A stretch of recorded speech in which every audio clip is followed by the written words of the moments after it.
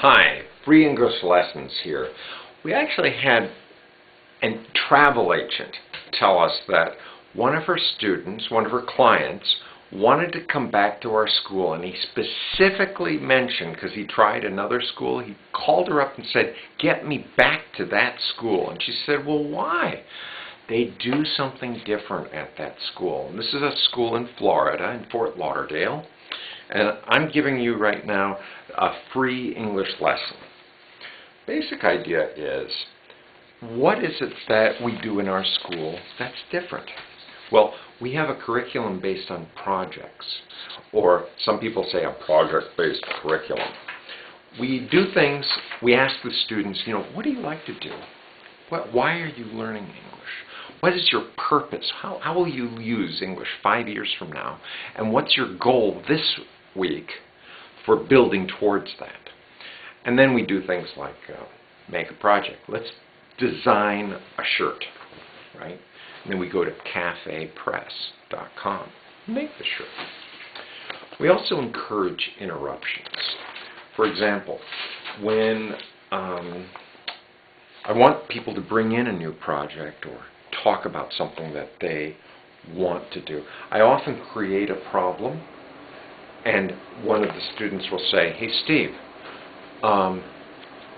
your thing is up." I say, "Okay, what do we call this thing?" "A cooler." And now we get into abbreviations and pronunciation. Collar, color, and collar, right? One of those is this. And yeah, your collar is not buttoned, right? And then, oh, what is this? Your sleeve. Yes, okay, it could be a sleeve. But I'm talking about the end. What is the end of the sleeve? So it helps to focus attention, and then they remember that lesson. So every day there's a certain problem. I'll come in with 2 ties, or the shoes are wrong. Okay. We want to remember the learning styles. So when someone asks you something, we're giving them audio, nice story. We do it visually, perhaps with a picture. Go to the internet. And we also do movement so that we can help the person feel good about interrupting. Go ahead and interrupt. "Yeah, I saw this word yesterday on a sign," or "I was reading an article." Very good. You get 2 points for interrupting. Now, after the class is over, I make sure I have daily email contacts. I ask them to write 5 sentences a day. Bring a photo, I say, or bring a website. Tell me about something interesting on the internet. Facebook and Orkut, contactyou.ru are good ways of maintaining contact with the students. So they're getting extra value. It's not only the hour and 40 minutes of the morning, they're getting lots of additional reading information. I tell them 10% of the information is coming from the teacher.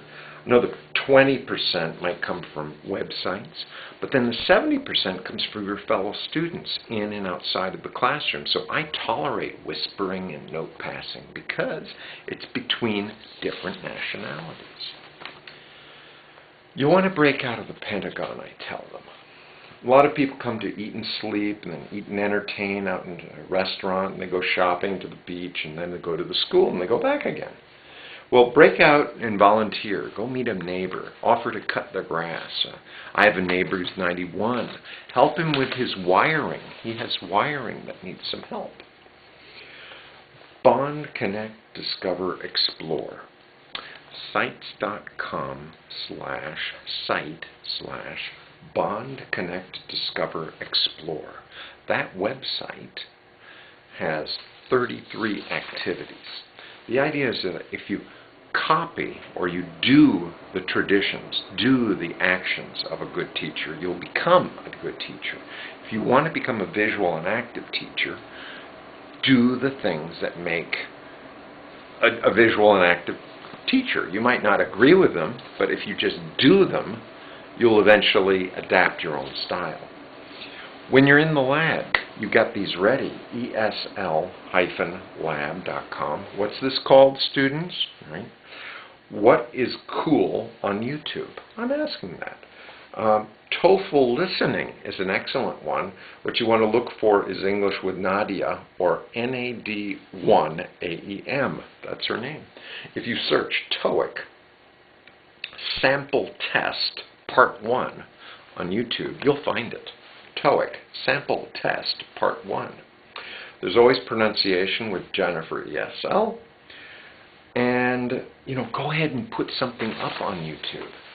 Students will appreciate it. Just get them to subscribe to your address, your channel. So if you follow the traditions and the practices, it will change you into copying a good teacher. And it helps you find a better you. One of my mentors says that there's more information in the room, and many teachers ignore the resources in the experiences of the teachers. So Carrie was basically saying, let's cross-pollinate. Let's take 3 of our students, send them with maps, and have them talk to the class next door. Where are you from? How long will you be here? What's the capital of your country?